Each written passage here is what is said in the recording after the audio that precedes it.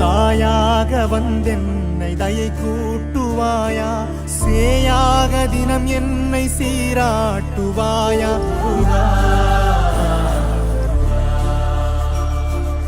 உலகெங்கிலும் வாழும் சிம்மராசி நேயர்களுக்கு உங்கள் செல்வ கார்த்திகேயன் அன்பு கலந்த வணக்கங்கள். 2026 தை மாதம், தை பிறந்தால் வழிபிறக்குன்னு சொல்லக்கூடிய ஒரு நல்ல மாதம். ஏன்னா இது உத்தராயண காலம். உங்கள் ராசி நாதனான சூரிய பகவான் பார்த்தீங்கன்னா 6வது வீட்டில் பார்த்திங்கன்னா சனியுடைய வீட்டில் சஞ்சரிக்கக்கூடிய ஒரு அற்புதமான காலம். இந்த 6வது வீடு அப்படிங்கிறது ருண ரேக சத்துசான்னு சொல்லக்கூடிய ஒரு வீடு. இந்த 6வது வீட்டுக்கு அதிபதியாக இருக்கக்கூடிய சனி பகவான் பார்த்திங்கன்னா கிட்டத்தட்ட 8ல் அஷ்டம சனியாக இருக்கார். இந்த 6, 8 அப்படிங்கும் பொழுது இது ரெண்டுமே மறைவு ஸ்தானம். அது இல்லாமல் பார்த்திங்கன்னா இது ஒரு நெகட்டிவ் ஸ்தானம் அப்படிங்கிற மாதிரி தான் எல்லாருக்கும் தெரியக்கூடிய இடம். இப்போ ஏற்பட்ட இடத்துல இந்த தை மாதம் இருக்கக்கூடிய இந்த காலம் நமக்கு என்ன மாதிரி செய்ய போகுது? ஏன்னா 2 அதிபதியான புதனும் 6ல் இருக்கார். அது இல்லாமல் பார்த்திங்கன்னா 2க்கு உங்கள் ராசிக்கு 4 அதிபதியான செவ்வாயும் 6ல் இருக்க போகிறாரு. இதில் ஒரு பெரிய ப்ளஸ் என்னென்னா 14வது வீட்டில் இருக்கக்கூடிய குரு பகவான். அப்போது நமக்கு நிறைய குழப்பங்கள் இருக்கத்தான் செய்யுது. ஏன்னா ஒவ்வொரு விஷயத்துலையுமே நம்ம எல்லா வகையிலுமே ஒரு குழப்பத்தோடையே பயணிக்கிறோம். ஏன்னா ராசியில் கேது 7ல் ராகு இருக்கிறதுனால டக்கு நம்மளால் ஒரு நல்ல முடிவு எடுக்கவே முடியல. ஒரு மாதிரி ஒரு விரக்தியாகவே சிம்மராசிக்காரங்க இடைப்பட்ட இந்த 2-3 மாதம் அல்ல, ஒரு இடைப்பட்ட காலமாக அப்படி தான் இருக்கிறீங்க. பட் இந்த டைம் அப்படிங்கிறது அதே மாதிரியான சூழலையே கனெக்ட் ஆகிறதுனால நீங்கள் அந்த மாதிரியான விஷயங்கள்லேருந்து கொஞ்சம் வெளியே வரணும். அப்போது அந்த குழப்பங்கள் இல்லாத சூழலை நீங்கள் உருவாக்கணும். ஏன்னா அந்த கிரகங்களை பொறுத்த வரைக்கும் எப்போவுமே அப்படி தான் ஆளுமை பண்ணும். நம்மளை ஒரு ஆளுமைப்படுத்தும். அந்த ஆளுமைக்குள்ளே பயணிக்கக்கூடாது. என்னால் ஒரு 10 கிலோ வெயிட் தூக்க முடியும்னு வச்சுங்களேன், நான் ஒரு 20 கிலோ வெயிட் தூக்கி மறுபடியும் திருப்பி கொடுத்து என்கிட்ட தூக்க சொன்னால் நான் கொஞ்சம் தூக்க கஷ்டப்படுவேன். அதனால் நான் என்ன பண்ண முடிஞ்ச அளவுக்கு அந்த 10 கிலோ வெயிட் கம்மி பண்ண தான் பார்க்கணும், அதிகப்படுத்தக்கூடாது. அந்த மாதிரி தான் நீங்கள் உங்களுடைய பாரங்களை நீங்கள் ஏற்ற என்ன ஆகும் அப்படின்னா அதிகப்படியாக எந்த காரியத்தையும் நீங்கள் செய்ய முடியாது. அப்போ அந்த மாதிரி தான் இந்த தை மாதம். இந்த தை மாதத்தை பொறுத்த வரைக்கும் நீங்கள் அதீதமான பாரங்களை ஏற்றக்கூடாது. இருக்கக்கூடிய சூழலை அப்படியே கடந்து வரணும். புதிய முயற்சி எடுக்கிறது அல்லது ஆல்ரெடி பண்ணிகிட்டு இருக்கிறது இன்னும் கொஞ்சம் ஆல்ட்ரு பண்ணி ஏதாவது ஒரு முதலீடுகள் போடுறது அல்லது வேறு ஏதாவது பெருசாக பண்ணுறது அப்படி இப்படிலாம் ஆலோசிக்கலாம் வேண்டாம். அப்படியே கிளியர் கட்டாக இந்த மாதம் அப்படியே ஒரு மாதிரி அப்படியே நகர்த்தி மட்டும் வாங்க.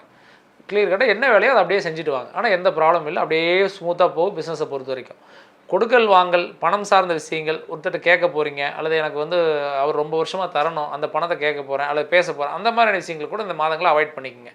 எதை பண்ணுறதா இந்த நேரம் சாந்தமாக இருக்கக்கூடிய வாய்ப்பை தான் நீங்கள் ஏற்படுத்தி ஆகணும். ஏன்னா நான் சொன்ன அந்த கிரகங்களுடைய வீக்னஸை பொறுத்து. பட் இருந்தாலும் இதை நகரணும்ல, அப்போ சில விஷயங்கள் சில காரியங்கள் பண்ணணும்ல, அதனால் அதுக்கு தகுந்த மாதிரி வேலைகள் மட்டும் பண்ணிக்கிங்க. அதே மாதிரி அரசு சார்ந்த வேலையில் இருக்கிறவங்க, இந்த வெளிநாடு சார்ந்த வேலையில் இருக்கிறவங்களுக்குலாம் பார்த்திங்கன்னா அவங்களுக்கு ரொம்ப நல்லா இருக்குது. அரசு சார்ந்த தொடர்பு பார்த்திங்கன்னா ரொம்ப சூப்பராக இருக்கும். ரொம்ப நாள் பார்த்திங்கன்னா உங்களுக்கு ஒரு அங்கீகாரம் கிடைக்கல அல்லது ரொம்பவே நீங்கள் எஃபர்ட் போடுறீங்க, பட் உங்கள் பேர் எதுவுமே அடிபட மாட்டேது. உங்களுக்கு வர வேண்டிய வாய்ப்பு ரெகனைஸ் எல்லாமே அடுத்தவங்களுக்கு போகுது. எதையுமே நமக்கு ஒரு அங்கீகாரம் இல்லாமல் நம்ம லைஃப் நகருது அப்படின்னு ஒரு ஃபீல் பண்ணுற நபராக இருந்தீங்கன்னா கண்டிப்பாக உங்களுக்கான ஒரு நல்ல ஒரு சூழல் உருவாக்கக்கூடிய ஒரு நல்ல மாதம். அப்போ இந்த பகைவர்களை வெல்லக்கூடிய ஒரு சூழல் கிடைக்கும். ஏன்னா இந்த 6வது வீட்டில் சூரியன் அமர்ந்து இருக்கிறதுனால இந்த பகைவர்லாம் மறைமுகமான எதிரி, மறைமுகமான பகைவர் இதெல்லாமே வெளியே போவாங்க. நீங்களே பார்ப்பீங்க. ஏன்னா இன்றைக்கி போட்டி இல்லாத உலகம் எங்கேயுமே கிடையாது. போட்டி இருக்கிறது வரை பகை இருக்கிறது வரை. இந்த நேரம் உங்களுக்கு பகையாளிகள் அதிகமாக இருக்கிற மாதிரி நீங்கள் உணர்ந்துட்டு இருப்பீங்க. ஏன்னா சிம்மத்தை பொறுத்த வரைக்கும் அஷ்டமச்சனியின் பிடியில் இருந்துட்டு எல்லா கஷ்டங்களும் அனுப்பிச்சிட்டு இருக்கீங்க. அப்பேற்பட்ட சூழல் இந்த பகைவர்கள்லாம் வெல்லக்கூடிய ஒரு சூழல் பிறக்கும். ஏன்னா இன்றைக்கி எல்லாத்துக்கும் நீங்கள் நிறைய பேருக்கெல்லாம் சொல்லுவாங்க கிராமப்புறங்களில், நீ கொடுத்து ஏமாந்துட்டப்பா அப்படின்னு சொல்லுவாங்க. ஒரு சிலர் என்ன பண்ணுன்னா நீ நம்பி ஏமாந்துட்டு சொல்லுவாங்க. அந்த மாதிரி சிம்மராசிக்காரங்க நிறைய ஏமாற்றங்களையும் கொடுத்து இழந்தது தான் அதிகம். அப்போ இந்த நிலை இந்த காலகட்டம் கொஞ்சம் மாறக்கூடிய வாய்ப்பு கண்டிப்பாக அந்த சூரியன் இருக்கிறதுனால நடக்கும். அப்போ இது ஒரு பாசிட்டிவ். அதே மாதிரி ஃபேமிலிக்குள்ளேயும் பார்த்திங்கன்னா இந்த கருத்து வேறுபாடுகள்லாம் அதிகமாக இருக்கிற மாதிரி உணர்ந்துருப்பீங்களா, அது கொஞ்சம் ஓரளவுக்கு சரியாயிரும். ஒரு தந்தை வழி உறவுகளிலும் சரி, தாய் வழி உறவுகளிலும் சரி, அல்லது கணவன் மனைவிகளான உறவுகளையும் சரி, பிள்ளைகளுக்குமான உறவுகளிலும் சரி, இதெல்லாம் ஓரளவுக்கு பாசிட்டிவாக இருக்குது. இந்த 8ல் சனி இருக்கிறனால மட்டும் இந்த வாகனங்கள் பயணங்கள், கால்களில் இந்த காயங்களாகிறது, தேவையில்லாத திடீர்னு ஏதாவது ஒரு இடத்துல போய் கால் தட்டிக்குவாங்க. எங்கே போனாலும் ஒரு மாதிரி அவங்களுக்கு ஒரு மாதிரி விரக்தியாக இருக்கிற மாதிரி ஃபீல் பண்ணுவாங்க.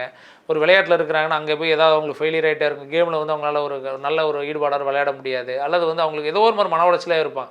ஏன்னா நல்லா போயிட்டு இருந்துச்சு, நம்மளால் ஒரு வேலையை கரெக்டாக செய்யவே முடியல ஒரு ஃபீல் பண்ண அந்த மாதிரியான விஷயங்கள்லாம் நடக்கும். அப்போ பட் இருந்தாலும் கூட நீங்கள் ஒரு பாசிட்டிவாக இருக்கிறதுக்கு சூரிய பகவானை இந்த மாதத்தில் வழிபாடு செய்யணும். அப்படி பண்ணிங்க அப்படின்னா உங்களுக்கு ஒரு பாசிட்டிவாக இருக்கும். அதே மாதிரி பார்த்திங்கன்னா இந்த டைம் பீரியடில் சுபகாரியங்கள், திருமண பேச்சுவார்த்தைகள் இதெல்லாம் லாபத்தில் குரு இருக்கிறதுனால திருமண பேச்சுவார்த்தைகள் எடுக்கலாம். ஒரு பொண்ணாக இருந்தாலும் ஒரு ஆணாக இருந்தாலும் திருமணத்துக்கான முயற்சி எடுக்கலாம். ஒரு மேட்ரிமோனியில் பதிவு பண்ணலாம். புதிய வாய்ப்புகளை தேடி பயணிக்கலாம். குழந்தை பேர் கிடைக்காதவங்க குழந்தை பேருக்கான முயற்சிகள் எடுக்கலாம். ஒரு மருத்துவங்கள் பார்க்கணும், மருத்துவங்களை பார்க்கலாம். இதெல்லாம் இந்த நேரத்தை நீங்கள் பயன்படுத்தக்கூடிய ஒரு காலம். அப்போ இந்த நேரமாக இருந்து வெளிநாடு சார்ந்த விஷயங்களுக்கு, வெளிநாடுக்கு விசா ட்ரை பண்ணுறவங்க, ஆல்ரெடி விசா தட்டிகிட்டே போயிட்டுருக்கு அப்படின்னா நீங்கள் விசாவுக்கான ப்ராசஸ்லாம் பண்ணிங்கன்னா இந்த மாதம் ஓரளவுக்கு ஒரு பாசிட்டிவாக இருக்கும். அதே மாதிரி வெளிநாட்டில் இருந்துட்டு வேறு ஏதாவது கண்ட்ரி சேஞ்ச் பண்ணணும், அல்லது உள்நாட்டுக்கு வரணும், அல்லது உள்ளூர்ந்து வெளியூர் போகணும், இந்த மாதிரி இடமாற்றங்கள், வீடு மாற்றங்கள் இதெல்லாம் நல்ல ஒரு வாய்ப்பு இருக்குது. தாராளமாக பண்ணிக்கலாம். எஜுகேஷன் ரீதியாக பசங்களை வச்சு நீங்கள் மாறணும், அல்லது உங்கள் வேலையை வச்சு பசங்களுக்கு ஸ்கூல் மாற்றம் பண்ணணும், இதெல்லாம் பிளான் பண்ணுறீங்க அப்படின்னா இந்த மாதங்கள் அதுக்கான முயற்சி, அதுக்கான ட்ரை எடுக்கலாம். நீங்கள் இப்போ இந்த மாதமே பண்ணி ஆணுங்கிறது இல்லை, அதுக்கான முயற்சி நீங்கள் எடுக்க ஆரம்பிக்கலாம். இப்போ எக்ஸாம்பிள் ஒரு ஃபர்னிச்சர் வாங்குறது, அது வீட்டுக்கு தேவையான ஒரு சில காரியங்களை பண்ணி வைக்கிறது, அல்லது ஒரு வீடு பார்க்குறது அங்கே போய்ட்டு, அல்லது ஒரு டெனண்ட்டை போய்ட்டு நீங்கள் வந்து முன்னாடியே வந்து ஒரு ஆல்ரெடி அந்த சொந்த வீடு இருக்குது, வாடகை வீட்டில் இருக்கீங்க, சொந்த வீடு ட்ரை பண்ணணும் அப்படின்னா அவங்கள நீங்கள் காலி பண்ண சொல்லணும். இந்த மாதிரியான வேலையில் இப்போ இருந்து நீங்கள் மூவ் பண்ணலாம். அது ஒரு மாசி, பங்குனி, சித்திரை, வைகாசி கூட நீங்கள் வீடு மாற்றிக்கலாம், ஒன்றும் தப்பு இல்லை. இதெல்லாம் கரெக்டாக பிளான் பண்ணி இந்த காலகட்டங்களை யூஸ் பண்ணுங்கள். இந்த தை மாதத்தை பொறுத்த வரைக்கும் பார்த்தீங்க அப்படின்னு சொன்னால் பொருளாதார ரீதியாக ஓரளவுக்கு ஏற்றந்தாழ்வுகளாக இருந்தாலும் கூட ஓரளவுக்கு உங்களை ஒரு ஸ்டேபிளாக வச்சுக்கக்கூடிய ஒரு நல்ல மாதம். அப்போ கிரகங்களுடைய சஞ்சாரங்கள் அப்படிங்கிறது ரொம்பவே ஃபேவராக தான் இருக்குது. பட் இந்த 6, 8 மறைவு ஸ்தானங்களுடைய இருக்கக்கூடிய கிரகங்களுடைய வீக்னஸ் என்ன பண்ணும் அப்படின்னா அலைச்சல், மன உளைச்சல், நமக்கு ஒரு மாதிரி ஃபீல் பண்ணக்கூடிய ஒரு சூழல் ஏற்படுத்தலாம். அதே மாதிரி பிரிந்த காதலர்கள் சேரக்கூடிய வாய்ப்பு, உங்களுடைய பிரிந்தவங்கள் ஏதாவது நண்பராக இருக்கலாம், உறவினர் இருக்கலாம், அவங்களோட சேரக்கூடிய வாய்ப்பு, இதெல்லாம் நடக்கிறதுக்கு வாய்ப்புகள் இருக்குது. ஆகும்போது இதெல்லாம் கொஞ்சம் பார்த்துங்க. கவனிக்கக்கூடிய விஷயங்கள் அப்படின்னு பார்க்கும்போது ஆரோக்கியம் கவனிக்கப்படணும். ஆரோக்கியத்தை என்ன மாதிரியான விஷயங்கள் கவனிக்கணும் அப்படின்னா இந்த உஷ்ண சம்மந்தப்பட்ட தொந்தரவு, ரத்த சம்மந்தப்பட்ட தொந்தரவு, எக்ஸாம்பிள் சொல்லணும்னா பிளட் ப்ரெஷர், சுகர், இந்த மாதிரி இருக்கிறவங்களாம் கொஞ்சம் ரொம்ப அதீத கவனமாக இருக்கணும். இதை மட்டும்தான், மற்றபடி பெரிய தொந்தரவுலாம் இல்லை. நிதானத்தோடு செயல்படுங்க. மற்றபடி ரொம்ப மோசமான ஒரு சூழல் கிடையாது. கவனமாக செயல்பட்டேன். இந்த தை மாதம் உங்களுக்கு ரொம்ப நல்ல மாதமாக இருக்கும். தைரியமாக இருங்க. இது வரைக்கும் பார்த்தீங்கன்னா ராசிக்கான பலன்களை நீங்கள் டீட்டெயிலாக பார்த்தீங்க. பொதுவாக வந்து பார்த்தீங்கன்னா நம்ம எப்பவும் சொல்கிறது தான், நிறைய பேருக்கு நிறைய சந்தேகங்கள் இருக்கத்தான் செய்யுது. நிறைய கமெண்ட்ஸ் நம்ம பார்க்குறோம். சார் என்னுடைய தனிப்பட்ட ராசிக்கு எப்படி இருக்கும், ஏன் என்னுடைய வாழ்க்கையில் பல விதமான கஷ்டங்கள் அடைகிறேன், இதனால் எனக்கு வந்து எப்போ பார்த்தாலும் ஒரு மாதிரி விரக்தியாகவே இருக்குது, ஏதாவது ஒரு தொந்தரவு வந்துகிட்டே இருக்குது அப்படிங்கிற மாதிரிலாம் நிறைய பேர் கேட்குறத பார்க்குறோம்.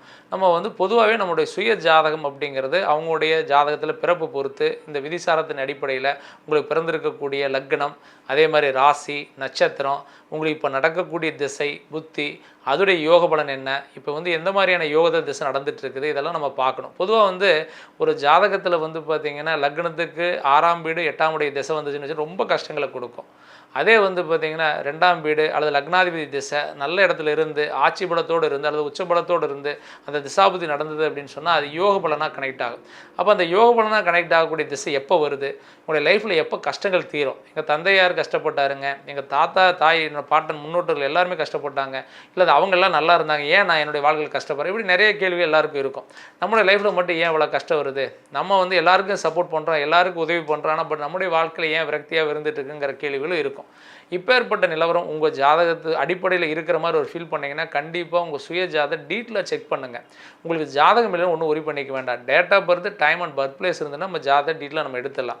அப்படி ஜாதகத்தை நீங்கள் பார்க்கணும் அல்லது வந்து அந்த ஜாதகம் கூட தெளிவாக இல்லை அப்படின்னாலுமே டீட்டெயிலாக ஃபஸ்ட்டு ஜாதகம் எடுத்துக்கிட்டுங்க. எடுத்துகிட்டு ஃபஸ்ட்டு உங்களுக்கான பிறப்பு யோகம் என்ன, அதில் என்ன மாதிரி யோகங்கள்லாம் இருக்குது, உங்களுக்கு ஏதாவது முன்வழி கர்மாக்களுடைய தொடர்பு எதாவது இருக்கா, அல்லது இப்போ நடைமுறை கர்மாவுடைய சிக்கல்களில் கர்மாவோடைய ஆதிக்கத்தில் இருக்கிறீங்களா. ஏன்னா இந்த கர்மகாரகன் அப்படின்னு சொன்னால் சனி பகவான் எல்லாருக்கும் தெரியும். அப்போ அந்த சனியுடைய வீக்னஸ் எதாவது இருக்கா, அல்லது வந்து உங்களுடைய தனிப்பட்ட யோகங்கள் இன்னும் வேலை செய்யவே இல்லையா, எந்த ஏஜில் ஸ்டார்ட் ஆகும், என்ன இப்போ திசை புத்தி நடக்குது, அதுக்கான செயல்பாடு என்ன, அதை எப்படி நம்ம ஆக்டிவேட் பண்ணணும் அப்படிங்கிறத தெரிஞ்சுக்கணும்.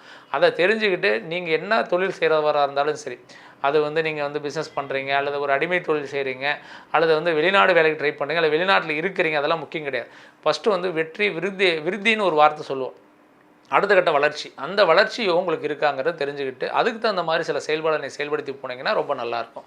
அதனால் ஃபஸ்ட்டு உங்கள் சுய ஜாதகம் டீட்டெயிலாக செக் பண்ணிங்க. உங்கள் ஜாதகம் நீங்கள் வந்து நம்ம சைடில் பார்க்கணும் அப்படின்னு விருப்பப்பட்டீங்கன்னா நம்முடைய கான்டாக்ட் நம்பர் கீழே இருக்குது, அதை சேவ் பண்ணிக்கிங்க. அது வந்து வாட்ஸ்அப் நம்பர். அந்த நம்பருக்கு ஆன்லைனில் மூலம் நம்ம ஜாதகம் கூட பார்த்துக்கலாம். நேரில் வரணும்னு நினைக்கிறவங்க நேர்லேயே வரலாம். நம்முடைய ஆஃபீஸ் வந்து கோயம்புத்தூரில் ராமநாதபுரம் ஜெம்மாஸ்பத்திரி பக்கத்தில் நம்முடைய ஆஃபீஸ் இருக்குது. நேரு ஒரு நாள் வரலாம். கண்டிப்பாக எல்லாருடைய வாழ்க்கையிலும் பல மாற்றங்கள் காத்துக்கிட்டு தான் இருக்குது. அதை கரெக்டான முறையில் எந்த நேரத்தை யூஸ் பண்ணி அடுத்த கட்ட நகருக்கு போகிறங்கிறது மிக முக்கியம். கண்டிப்பாக ஒரு நல்லது ஒரு வாழ்க்கை உங்களுக்கு கிடைக்குங்கிற ஒரு பிரார்த்தனையோடு அடுத்த ஒரு நல்லது ஒரு வீடியோவில் சந்திக்கிறேன். நன்றி, வணக்கம்.